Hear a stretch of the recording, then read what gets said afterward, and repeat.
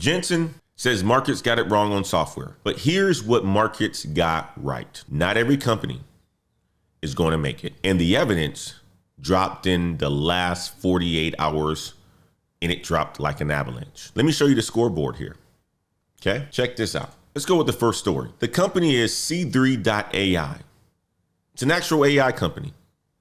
They just eliminated 26% of their entire workforce, roughly 300 people. The new CEO said this, and I quote, "It was clear to me that we were not organized appropriately. Revenue guidance just slashed in half from 447 million down to 250 million. The stock crashed 22% after hours. This is a company that raised hundreds of millions on AI promises, and they could not execute. I want you guys to type bifurcation if you can see it. Type bifurcation in the chat if you see the pattern. Story number 2, WiseTech Global, an Australian logistics software company. They just announced 2,000 job cuts. That's 35% of their entire workforce. That's a lot of people, guys. That is a lot of people. The CEO said, "I am prepared to say this clearly. The era of manually writing code as the core act of engineering is over." He said AI means greater productivity in less time from fewer people. He said 1 in 2 customer service workers will disappear. Now here's the other piece that he said. Your job is no longer safe. The stock went up 11% on the announcement, guys. Ain't that something? Ain't that something? Crazy, huh? Check out the news article or the news in Australia on the job cuts at WiseTech. WiseTech Global plans to sack about 2,000 people as its chief executive declares the era of manually writing code is over. The job cuts represent nearly a third of its workforce as the company embarks on significant artificial intelligence-driven changes. The redundancies will occur this financial year and into the next, primarily in product development and customer service. WiseTech's net profit has fallen by 36%, driven by costs from the recent acquisition. And despite the challenges, the company has reaffirmed its revenue and earnings guidance for the year. WiseTech shares have seen an 11% increase in value following the announcement. The stock went up 11% on that announcement. Let that sit for a second. Fire 30% of your people, stock goes up. The market is rewarding companies that cut humans and deploy AI. Let's go to story number 3. Salesforce fights back, okay? Salesforce dropped their Q4 report last night. Revenue, $11.2 billion, which is up 12%. EPS, $3.81. Destroy the $3.04 estimate. But here's the number that matters for your career. Agentforce. Agentforce is Salesforce AI agent product. It hit $800 million in annual recurring revenue, up 169% year over year. 29,000 deals closed, up 50% quarter over quarter. 2.4 billion agentic work units delivered. The CEO introduced a new metric, not seats, not users, agentic work units. That's measuring what AI agents complete, not what humans log in to do. He mentioned the word SaaS-pocalypse 6 times on the call and said this, quote, "It may be eaten by Sasquatch." That's what he said. He was on an interview with Jim Cramer on CNBC talking about the fear of obsolescence. Let's listen to this real quick. Shares of Salesforce declined in extended trade after the software company forecast fiscal 2027 revenue below expectations amid concerns over demand for business software.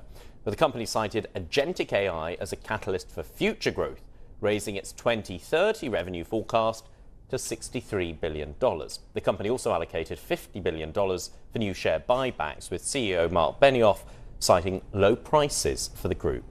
He spoke to CNBC about the company's newly announced $50 billion share buyback.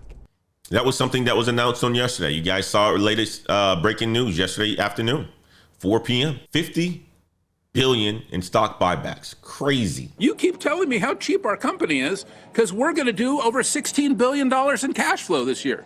Now, I know cash flow isn't real anymore. I read that also on these social media feeds. You know, Jim, revenue's not real anymore. Margins aren't real. Cash flow's not real. RPO's not real. Nothing is real anymore. So therefore, Mark is being facetious, people. I am. Thank you for clarifying that. Because, Jim, here's the funny part. You got to look at companies, not just ours, but so many others, and go, this is very low prices. Right. And so, yeah, we're going to buy back because we are convinced. And, yeah, when I looked at our price yesterday, I'm like, buy it all back. Look at the prices. He thinks the market isn't giving him a fair shot. You saw him in the picture, in the video. He wore a black leather jacket on the earnings call. Who is he trying to be like? Who's the other CEO that wears a black leather jacket? Jensen Huang, NVIDIA CEO. You can't make this up. I want you guys to type agent if that Salesforce number concerns you. Okay? Now, story number 4. And this is the one that should hit your inbox differently. Amazon's own consulting arm, it's called ProServe, is being restructured around AI. Internal documents show Amazon building what they call a digital workforce. AI agents described as digital employees. Major customers, including Booking.com and Danske Bank, are demanding lower rates. They told Amazon, quote, if AI speeds things up, we shouldn't pay the same rates. Amazon is targeting 75% of projects as fixed price deals instead of billing by the hour. So if you work in consulting, if you work in implementation or professional services, read that again. The billable hour model is being repriced in real time. Think about it. You typically, if you are in implementation, I lived in implementation for many years. You have an hourly rate. That rate goes out to the customer and they said, absolutely, we want Antoine on that for $250 an hour. Knowing the company is only paying me maybe $100 an hour. Okay, that's the margin. That's the difference. And that's the revenue that they're getting. Well, the companies are saying if you're using AI agents instead of Antoine, we want it to be cheaper. And if you're going to do it faster, we want it to be cheaper. And it doesn't have to be a billable hour model. So Antoine can't sit there and go to the bar and have cigars with his friends when he's supposed to be working on a project, because AI agents don't need that time. Antoine could be charging me for hours worked where he's not working. AI agents, they always working. So guess what clients are doing now in this new model? They are demanding AI delivered pricing. And companies are building AI agent teams to deliver it. That's the scoreboard, y'all. NVIDIA prints 68 billion building AI chips. C3 AI fires 26% selling AI software. And WiseTech cuts 30% and stocks goes up. Salesforce hits 800 million in agent revenue. And Amazon restructures consulting around digital employees. Same economy. In the same month of February. Completely different outcomes. The pattern is clear now. Money is flowing up the stack. And it's going to the chips. It's going to the infrastructure. It's going to the data centers. And flowing out of the middle, out of traditional roles, out of billable hours. That's the bifurcation, guys. And the gap is widening every single day, okay?